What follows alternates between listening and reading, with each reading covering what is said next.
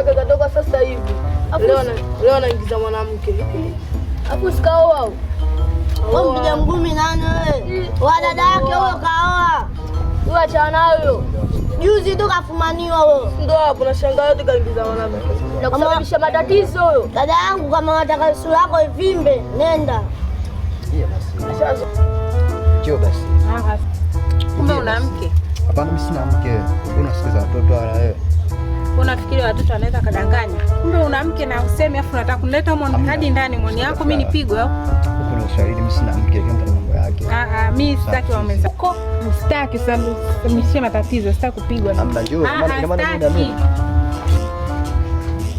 Flower. Nauma hiyo. Nachoma. Sema ni wadogo zangu nyinyi. Yaani mnaanza kwenda shule kufanya masuala msingi.